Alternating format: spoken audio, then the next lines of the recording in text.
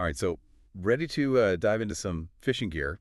Always ready to talk fishing. I think we all know that feeling, right? Like you're planning a fishing trip all excited, and then you get to the store or start browsing online, and it's like, whoa. Totally overwhelmed. Yeah, so many choices. So that's what we're doing today, diving into the essentials. Breaking it all down. Exactly. From the rods and reels to the bait, and even those extra things you might not think about, like chairs. Yeah, those comfort items. Yeah, and bite alarms even, so you can feel confident and. Have the best experience possible. Absolutely. So let's start at the beginning, right? The fishing rod. The backbone of your setup, you could say. Yeah, for sure. So what are the big things we need to think about when picking a rod? Well, our sources all kind of agree. It comes down to three main things: the material, the action, and the power of the rod. Okay, material first, I guess. What are we talking about there? Well, you've got fiberglass, you've got graphite, and sometimes you see these rods that are like a mix of the two. Fiberglass, that's known for being super durable Okay. and usually a bit more affordable, so a lot of people recommend those for beginners. That makes sense. When you're starting out, you might not have the perfect casting technique every time, Oh, yeah. so you're less likely to snap a fiberglass rod if you snag it on something, Makes sense. or if you're just a little rough with it. So fiberglass is a good starting point. What about graphite then? What's the difference? So graphite, that's going to be lighter than fiberglass, and it's more sensitive too. Okay. So a lot more experienced anglers like graphite because they can feel those really subtle bites. Wow, so you can really feel when... Yeah, when they're being finicky, you need that extra sensitivity. Makes sense. Now, what about this whole action thing? I've heard that, but I don't really get it. So the action is all about where the rod bends when you put pressure on it. Okay. Imagine this. Uh. A fast action rod, that bends mostly near the tip. Okay. That gives you a really quick response, and it's great for casting long distances, which is perfect for techniques like jigging, or if you need to work a lure quickly. So if I'm trying to reach a baseway out there, a fast action would be good. Exactly. Now, on the other hand, you've got your medium and slow action rods. Okay. Those bend more towards the middle or even lower down the rod. And what's the advantage of that? Well, that gives you more control when you're fighting a bigger fish. Oh, I see. It's a slower bend, and it helps absorb those hard runs and head shakes, so you're less likely to lose the fish. Oh, okay. Think like catfish, salmon, those bigger guys. So fast action for distance and quick response. Yeah. And slower for more control when you've actually hooked something. Exactly. Got it. What about power then? Power, that's basically how much the rod resists bending. Okay. A light power rod, that's best for smaller fish, your panfish, your trout. Right. But if you're going after something big, like a muskie or a pike, Oh, yeah. you need a heavier power rod, something that can handle those powerful fights. Makes sense. You wouldn't want to hook like a giant tuna on a little trout rod. Yeah, no, that wouldn't end well. Definitely not. Speaking of specific rods, our sources actually mentioned a few popular ones. There's the St. Croix Premier spinning rod. Have you heard of that one? Oh, yeah, St. Croix makes great rods. And this one seems to be a good all-rounder. It's priced somewhere between $130 and $200. Yeah, that Premier series, that's a solid choice for a lot of freshwater fishing. Cool. Then there's the Daiwa D Carp Match rod. That one's a bit cheaper, like $40 to $60. That was another great brand, and that particular rod is made for carp fishing, which is, Getting more and more popular. yeah, for sure. And then for a really good all-around rod with great reviews, there's the Cast King Perigee II fishing rod. That was around $50 to $80. I've heard good things about Cast King. They offer a lot of value for the money. Okay, good to know. So we've covered rods. Now on to the other crucial piece of gear, the reel. Right, the reel is what holds your line, lets you cast and retrieve. So important. Yeah, they got to work together, the rod and reel. For sure. So break down the different types of reels for me. All right, so you've got your spinning reels, your bait casting reels, and your fly reels. Okay. The spinning reels, those are the most common, especially for beginners. Yeah, those are the ones I've used. Pretty straightforward. Exactly. They're easy to use, very versatile, and you can use them for a ton of different fish and techniques. Okay, what about bait casting reels then? Bait casting reels, they're a bit more specialized. Okay. They give you more control and accuracy, so people often use those for bigger fish or fish that are tougher to catch. Oh, I see. But they do require more skill to use, and you can get backlash if you're not careful. So those are for more experienced anglers looking for that extra precision. Pretty much, yeah. And then fly reels, those are obviously for... Fly fishing, yep. All about balance and simplicity with fly reels. So the type of fishing you're doing really dictates the type of reel you need. It does. Is there a particular reel that our sources recommend as a good all-rounder? You know, they actually recommend the Okuma Seimar C30. Known for smooth performance, it's durable, and it's affordable, so it's good for beginners Oh, no. and experienced anglers alike. Awesome. Now, before we move on from reels, any maintenance tips? I'm guessing they need some love to keep them working well. Absolutely. A little maintenance goes a long way. Like what? So after each use, rinse your reels with fresh water. Okay. Especially important if you've been fishing in salt water, because that salt water can really do some damage over time. Oh, wow. Yeah, it's super corrosive. Okay. Good to know. And it's also a good idea to lubricate the moving parts every so often with some good reel oil. Prevents rust. Keep everything running smoothly. Exactly. Okay, so regular cleaning and lubrication are key. Yep. Now, on to, I think, the most interesting part, the bait. Ah, yes, this is what gets those fish interested. Yeah, this is what's going to bring them in, right? It's the key to triggering those feeding instincts. Exactly. So how do our sources break down the different types of bait? Well, they talk about three main types: live bait, artificial bait, and prepared bait. Okay, let's start with live bait. What are the classics? Live bait, that's the real deal. What fish naturally feed on. Right. We're talking worms, minnows, crickets, all the good stuff. Yeah, I've definitely had success with worms. What about artificial bait then? What are the advantages there? So artificial baits, also called lures, those are man-made. Okay. And they're designed to mimic the look, the movement, even the smell sometimes of real prey. Wow. Huge variety to choose from. That's one of the big advantages. Right. You can choose lures specifically designed for the type of fish you're after. Oh, so matching what they would naturally eat. Exactly. Okay, what about prepared bait? What's that all about? Prepared baits, those are prepackaged, often made with things like dough, pellets, corn even. Interesting. They're often used for specific types of fishing, like carp or catfish. And do they work well? They can be really effective, yeah. So we've got live bait, artificial lures, and prepared baits. That's a lot of options. It is. Our sources also mentioned additives. What are those all about? Additives, those are like secret weapons that can boost your bait. Oh, really? Make it even more appealing to fish. I'm intrigued. Tell me more. So you can add flavors, colors, even things that change the texture of your bait. Okay, so flavors, that's to appeal to their sense of smell, I guess. Exactly. Things like garlic, anise, fish oils. Oh, wow. They create a scent trail that can draw fish in from far away. Like an underwater dinner bell. Exactly. What about colors? What do those do?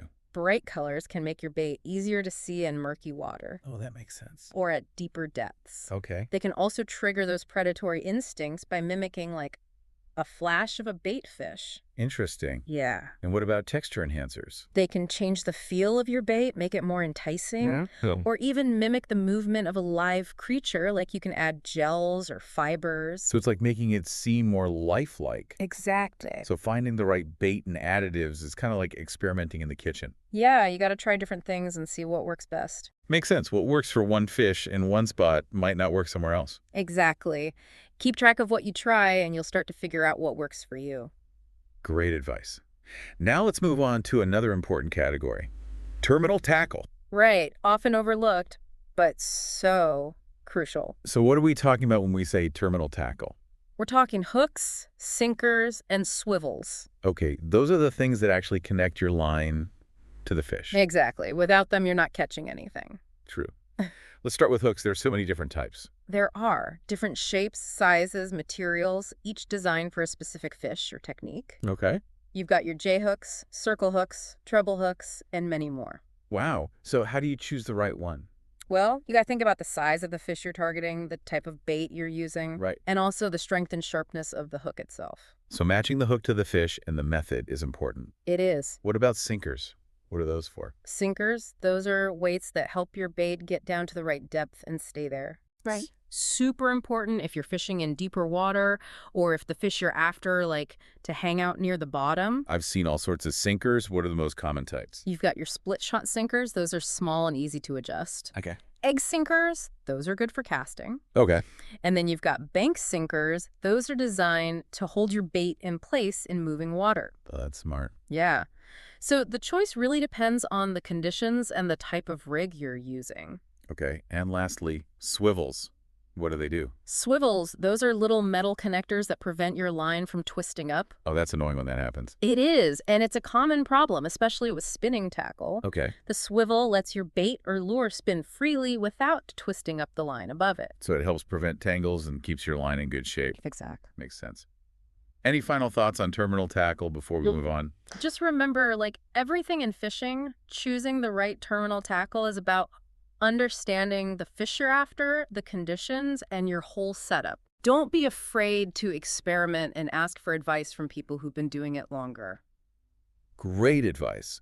Now let's shift gears a bit and talk about the things that maybe don't directly catch fish, but can definitely make your fishing trip more enjoyable. The comfort and convenience factor. Exactly. We're talking about fishing chairs, bite alarms, luggage, bivvies and shelters, clothing, even footwear. Yeah, making sure you're comfortable out there. Exactly. Ready to dive into the world of fishing luxury. Let's do it. Fishing is about more than just catching fish. It's about enjoying the experience. Okay, first up, fishing chairs. What should we be looking for there? Comfort and durability are key. You're going to be spending a lot of time in that chair. Right, so it's got to be comfortable. Exactly. And make sure it can handle the elements, sun, rain, whatever you might encounter. What about specific features? Anything I should keep an eye out for? Adjustable legs are great for uneven terrain, padding for extra comfort, and weather-resistant materials, of course. Some even have built-in cup holders and rod holders. Nice, that's convenient. What about bite alarms? I've seen those, but I'm not really sure what they do. Bite alarms are electronic devices that attach to your rod and let you know when you have a bite. Oh, okay. They're especially helpful for carp fishing and night fishing when you might not see your rod tip moving. So it's like a little security system for your fishing line. Exactly. They can save you from missing a bite, and they also let you relax and enjoy the scenery without constantly staring at your rod. That makes a lot of sense. What about fishing luggage? There are so many different bags and boxes. Fishing luggage is all about organization and protection. You want to keep your gear organized, safe, and easy to carry. So what kind of luggage is out there? You've got backpacks for when you need to be mobile, hold-alls for bigger items like rods and reels, and tackle boxes for all those small bits and pieces like hooks, sinkers, and lures. It sounds like there's a bag for everything. What about bivvies and shelters? What are those used for? Bivvies and shelters give you protection from the elements, especially if you're spending a night or more fishing. Right, because you're out there exposed to the weather. Yeah, they're basically like small tents made for anglers. I can see how those would be essential for longer trips, especially in unpredictable weather. What about clothing? Any tips on what to wear for fishing? Comfort and functionality are key. Makes sense. What are the essential items? Moisture-wicking shirts and pants will keep you dry. A waterproof jacket for rainy days, a hat for sun protection. Layering is always a good idea, as temperatures can change throughout the day. Good point. And what about footwear? What kind of shoes are best for fishing? Footwear is super important. You need something with good traction to prevent slips and falls. Comfort is a must, and of course, durability. So what are some good options? Wading boots are great if you're fishing in rivers or streams. Fishing shoes are lightweight and designed for warmer weather, and you can't go wrong with rubber boots for muddy or wet conditions. It sounds like there's a lot to consider when it comes to fishing gear. There is. But remember, it all comes down to what type of fishing you're doing, the fish you're targeting, and the environment you'll be in. Don't be afraid to ask questions and try different things. Great advice. I'm already feeling more prepared for my next fishing trip. That's what we like to hear. Welcome back to our deep dive into fishing gear. Excited to keep going. Yeah. We covered the basics in part 1, but now I'm curious about the more, Specialized stuff. yeah, the gear that can really take your fishing to the next level. That's what we're going to explore, the stuff that can really make a difference in your success. Awesome. Let's start with something I've always been fascinated by: fish finders.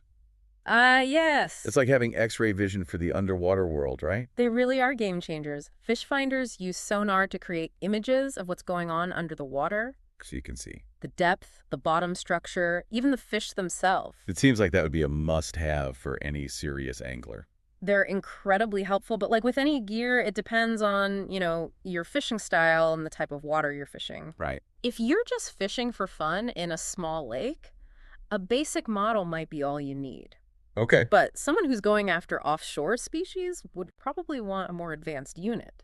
With all the bells and whistles. Yeah, GPS, mapping, even networking capabilities. Wow, so there's a whole range of options. There is. What about fishing kayaks? I see more and more people using those. Yeah, fishing kayaks have become super Oh, popular. for good reason? For good reason.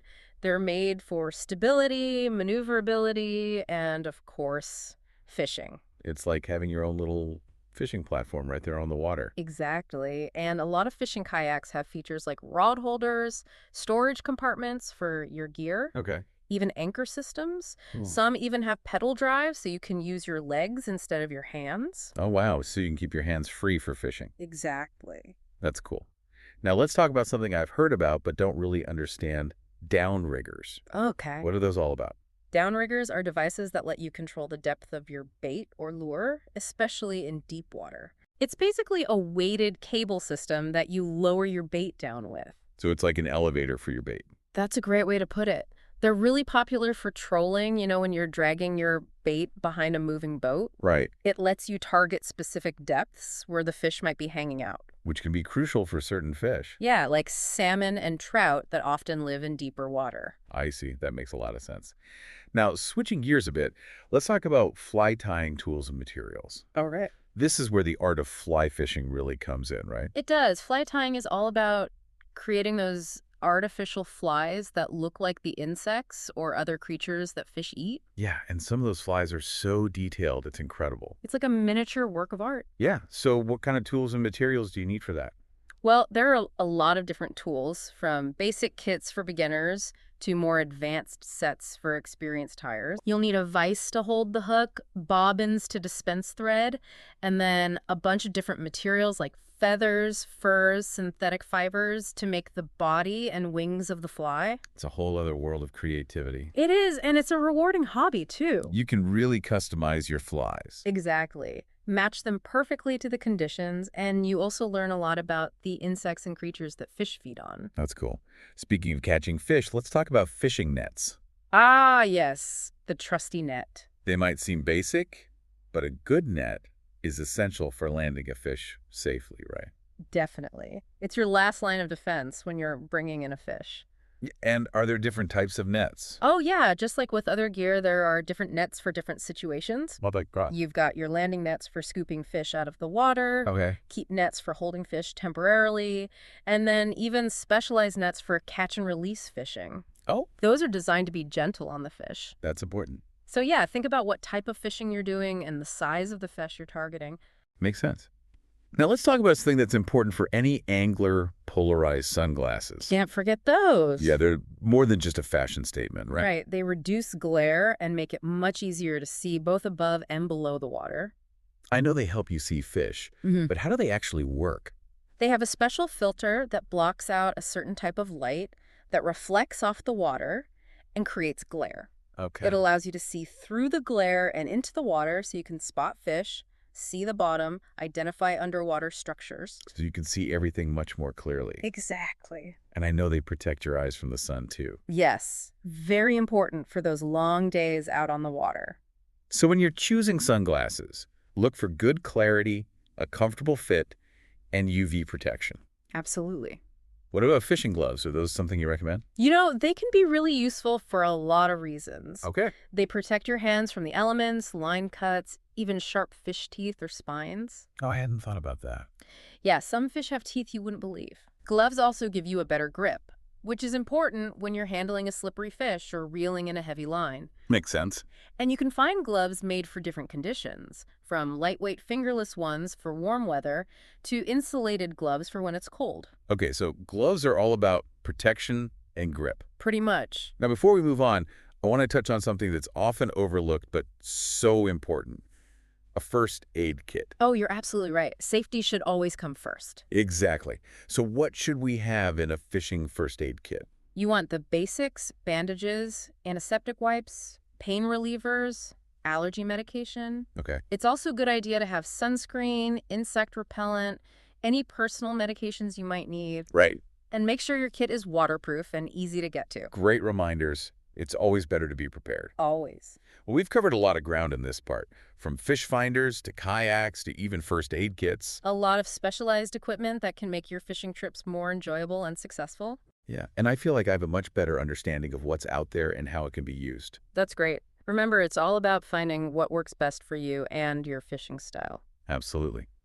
Welcome back to our deep dive on fishing gear. We've covered a lot of ground, from the basics to some pretty specialized equipment. Yeah, we've explored a ton of different options. It can be a little overwhelming, especially if you're new to fishing or trying a new technique. So, any final words of wisdom for our listeners out there? How can they navigate all this and make smart choices? I'd say the most important thing is to define your fishing goals. What are you hoping to achieve? What kind of fish are you trying to catch? Where do you plan to do most of your fishing? Once you've got that figured out, The why before the what. exactly, then you can start narrowing down your options and it won't feel so overwhelming. Makes sense. What about budget? I mean, we've seen that fishing gear can be pretty affordable or it can get expensive. Yeah, budget's definitely a factor, but you don't have to break the bank to get started. Plenty of good quality options out there at different price points. Okay, so what should people prioritize? Start with the essentials. A good rod and reel, some basic terminal tackle, and the right clothing and footwear for the conditions you'll be fishing in. And don't be afraid to ask for advice, right? Never be afraid to ask. Talk to people at your local tackle shop, join a fishing club, Yeah. connect with other anglers online. There's so much knowledge out there, and most people are happy to share. Okay, so once you've invested in your gear, how do you make sure it lasts? Maintenance is key. A little care goes a long way. So what are the must-dos? After every fishing trip, rinse your rods and reels with fresh water. Okay. Especially important if you are fishing in salt water. Right, that salt water can be damaging. Yeah, it's corrosive, so you want to get that salt off your gear. Okay, freshwater rinse after every trip. What else? Lubricate the moving parts of your reels regularly. Okay. Use a good quality reel oil. It'll prevent rust and keep everything running smoothly. Good reminder. I'm definitely guilty of forgetting that sometimes. It happens to the best of us. Anything else in terms of maintenance? When you're not using your gear, store it in a cool, dry place. Okay. Avoid direct sunlight or extreme temperatures. And if you're not sure about how to care for a specific piece of equipment, Like a particular reel or something? yeah, check the manufacturer's instructions or ask someone at your local tackle shop. Great tips. As we wrap up our deep dive, any resources you'd recommend for people who want to stay up to date with fishing gear, new products, that kind of thing? Lots of great resources out there. You can subscribe to fishing magazines, follow websites and social media accounts, Okay, attend fishing shows and events. those are always fun. Yeah, they are. And those platforms offer insights into the latest trends, gear reviews, new techniques. And of course, nothing beats hands-on experience. Absolutely. The Yeah. more you fish, the more you learn. So true. Don't be afraid to experiment, try new gear, new techniques, and most importantly, have fun. Well said. We've learned so much in this deep dive. Yeah, it's been a great exploration. And remember, choosing the right fishing gear is a personal journey. There's no one right answer. Exactly. It's all about finding what works best for you, your style, and your budget. And at the end of the day, fishing is about more than just the gear. It is. It's about connecting with nature, enjoying the challenge. Making memories. Exactly. So get out there, explore the world of fishing, and have an amazing time. Tight lines, everyone.